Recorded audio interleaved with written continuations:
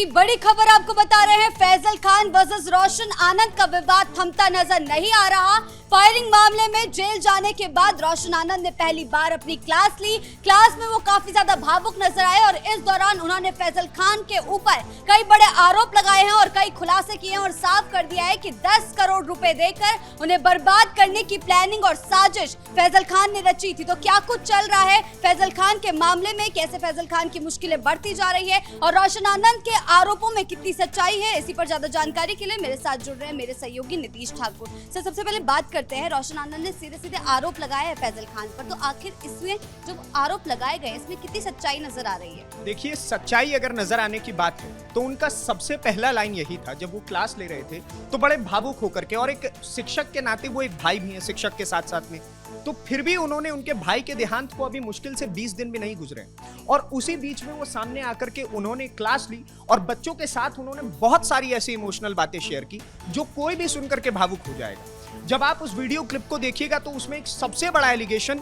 जो फैजल खान के ऊपर लगाते हैं उसमें वो ये कहते हैं कि मुझे बर्बाद करने के लिए 10 करोड़ रुपए की बड़ी रकम खर्च करने को तैयारी की गई थी और बड़े बड़े अमाउंट तो खर्च भी किए गए थे। अब ऐसे में आप देखिए कि सबसे पहली बात ये एक नजर में सुनने में लॉजिकल इसलिए भी लगती है क्योंकि खान सर जो हैं और दूसरी तरफ रोशन आनंद जो हैं, दोनों ही अपने अपने इंस्टीट्यूट चला रहे थे।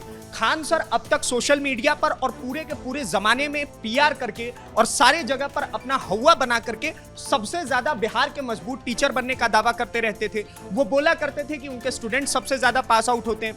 वही दूसरी तरफ अगर रोशन आनंद की बात की जाए तो रोशन आनंद उनके सामने एक बड़े कॉम्पिटिटर बनकर के खड़े हो रहे थे और बहुत लंबे समय से अगर आप रोशन आनंद के इंस्टीट्यूट की बात करिएगा तो वहां पर जो सबसे ज्यादा पढ़ने और ऑनलाइन स्टूडेंट्स को हटा दिया जाए तो जो उनसे लाइव क्लासेस लेने के लिए स्टूडेंट्स आते हैं वो स्टूडेंट्स खान सर के मुकाबले बहुत बड़ी संख्या है। तो इस चीज से घबरा करके हो सकता है कि ये एलिगेशन सही भी हो कि इस चीज से घबरा करके फैजल खान ने, कोई बड़ी बात नहीं है कि इतना बड़ा अमाउंट खर्च किया हो। क्या ये जलन और वर्चस्व की लड़ाई के बीच ये मामला हुआ है? बिल्कुल, ये जलन और वर्चस्व की लड़ाई का ही मामला है, वरना वर्चस्व की लड़ाई नहीं होती तो कोई माफिया की तरह गोली नहीं चलवाता। बार बार उस व्यक्ति को, फैजल खान को बार बार माफिया का टैग दिया जा रहा है। बड़े बड़े वकील पीआईएल दाखिल कर रहे हैं पटना हाई कोर्ट में जाकर के।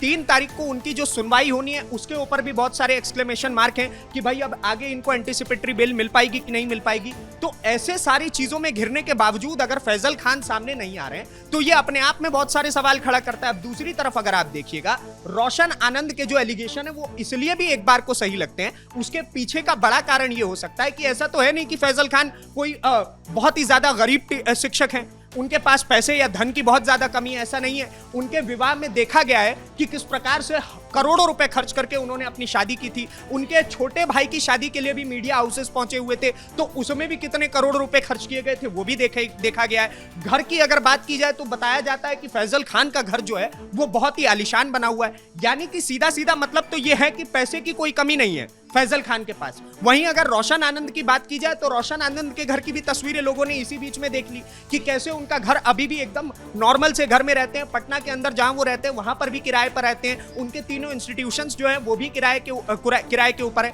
यानी देखिए, पैसा रोशन आनंद के पास भी है लेकिन उनका दावा यह है कि मेरा पैसा इंस्टीट्यूशन के ऊपर ही खर्च होता है, मैं बाकी पर्सनल चीजों के लिए या फिर छल कपट के लिए इन पैसों को व्यर्थ नहीं करता हूं। लेकिन सर, रोशन आनंद का कहना है कि उनका जो पैसा है वो ईमानदारी से कमाया गया है, मतलब इनडायरेक्टली वो कहीं ना कहीं ये बताने की कोशिश करे कि खान सर ने कुछ फर्जीवाड़ा किया है या ईमानदारी के पैसे नहीं कमाया गया और फिर भी वो इन चीजों को बेफिजूल के कामों में खर्च कर रहे हैं, मेरे खिलाफ, मुझे बर्बाद करने के लिए खर्च किया जा रहा है। क्या इनडायरेक्टली खान सर के ऊपर एक और बड़ी गाज गिरने वाली है? क्या उनकी संपत्तियों की जांच हो सकती है? बिल्कुल, संपत्तियों की जांच हो सकती है और होनी भी चाहिए, क्योंकि जिस प्रकार से फैजल खान बोलते रहते हैं जगह जगह पर जाकर के, उन्होंने सबसे बड़ा पीआर तो यही कर रखा है कि भैया मेरा कोर्स 200 रुपए का है। लेकिन वही फैजल खान बार बार कैपिटल टीवी इस बात को बोलता है कि फैजल खान के कोर्सेज 200 रुपए में हैं उपलब्ध, लेकिन वही फैजल खान कभी ये बात नहीं बताते कि मेरे कोर्सेज 18,000 रुपए के भी हैं, 28,000 रुपए का भी एक सिंगल कोर्स है।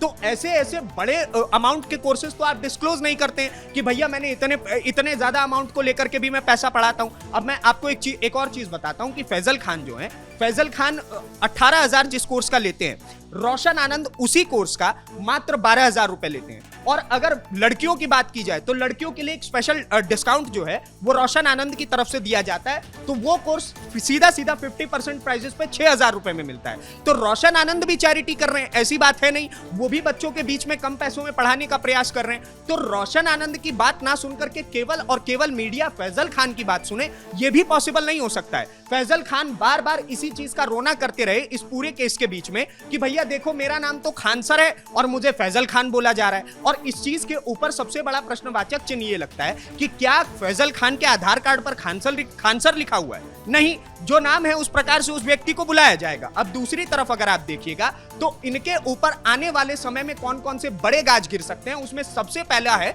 3 तारीख को इनकी जो एंटीसिपेटरी बिल के ऊपर सुनवाई होनी है पटना हाईकोर्ट में, उसको लेकर के बहुत सारे प्रश्नवाचक चिन्ह है, क्योंकि लगातार जिस प्रकार से सवालों के घेरे में खान सर इस वक्त हैं, बार बार मीडिया में इस बात की भी चर्चा की जा रही है। उसके अलावा पटना हाईकोर्ट के वकील ने भी इनके खिलाफ पीआईएल दायर की कि ये एक तरीके से माफिया राज चलाने का प्रयास कर रहे हैं। इनके बारे में बहुत सारी और बातें कही उस वकील ने। तो ऐसे में बड़े सारे सवाल इस वक्त खान सर के ऊपर उठ सकते हैं और कोर्ट इन चीजों को भी ध्यान में रखेगा कि भाई अगर एक व्यक्ति के ऊपर इतने सारे एलिगेशंस लगातार लगते जा रहे हैं और उसके बावजूद भी वो आए दिन एंटीसिपेटरी बिल की अर्जी लगाता रहता है, तो कोई ना कोई खोट तो होगी, तो उसके ऊपर भी कोर्ट ध्यान देगा। और ऐसे में खान सर की सबसे पहली बड़ी और मुसीबत यह है कि खान सर का एंटीसिपेटरी बिल जो है वो आने वाले तारीखों में रिजेक्ट भी हो सकता है। और अगर ऐसा हुआ तो कोई बड़ी बात नहीं है कि खान सर की गिरफ्तारी, फैजल खान की गिरफ्तारी भी देखने को मिल जाए।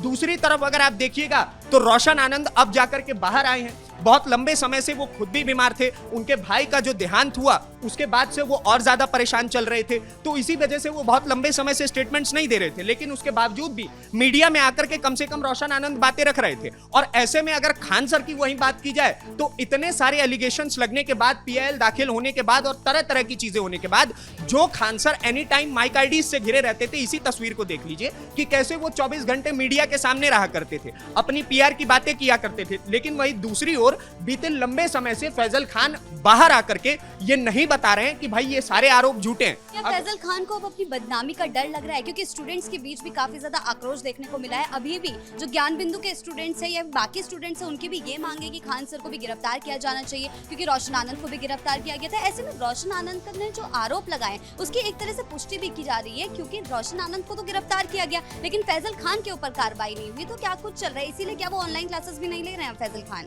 देखिए, कोचिंग इंडस्ट्री जो है वो पूरी की पूरी इस वक्त खान सर से सवाल कर रही है। ये सवाल कर रही है कि रोशन आनंद के साथ अगर आपका विवाद था तो वो आप आपसी तौर पर सुलझाए क्यों नहीं?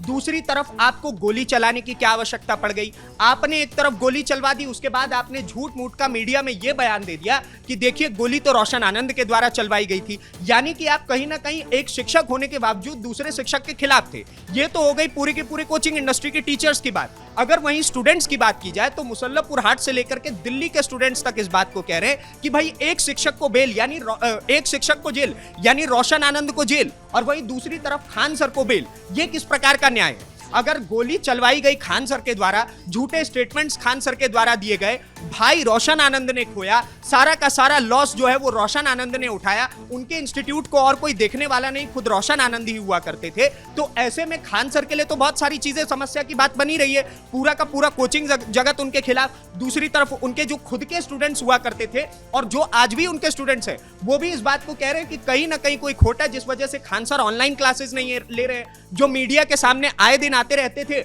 अब वो मीडिया से भी बातचीत नहीं कर रहे। तो इस प्रकार की समस्याएं खान सर के लिए बढ़ती चली जा रही हैं। और आने वाले दिनों में जो फैजल खान मीडिया के दम पे, पीआर के दम पे, पब्लिक रिलेशंस के दम पे और कुछ झूठे स्टेटमेंट्स देने के दम पे बोला करते थे कि भाई हम तो फ्री में ही एक टाइप का पढ़ाते हैं, इस प्रकार के भी स्टेटमेंट सुन के रहे। तो इन सारे झूठे स्टेटमेंट्स की वजह से भी खान सर का ये जो किला बना हुआ था अब वो ध्वस्त होता नजर आ रहा है और कई सारे स्टूडेंट्स का विश्वास उन पर से उठ गया है। जैसे हमारे कैपिटल टीवी के कैमरे पर ही एक स्टूडेंट ने बताया, एक बच्चे ने बताया कि मैं झारखंड से पढ़ने के लिए आया हुआ हूं और झारखंड में मेरे पिताजी ने बोला कि जाओ वहां पर सस्ती पढ़ाई होती है, खान जीएस रिसर्च सेंटर में। तो वहां पर जब वो बच्चा पढ़ने के लिए आया तो उसको पता चला कि वो तो जो कम फीस की पढ़ाई की बात है वो तो 400 रुपए तो बस कहने के लिए बोला जाता है। वो जिस कोर्स को लेने आया था वो 13,000 रुपए का कोर्स था। तो इस प्रकार की भी बातें सामने आ रही है। तो कहीं ना कहीं खान सर जो एक बड़ा किला बना रहे थे, बड़ा टीला बना रहे थे मजबूती के साथ और झूठ के पुलिंदे के साथ, वो सारा का सारा टीला अब ध्वस्त होने वाला है।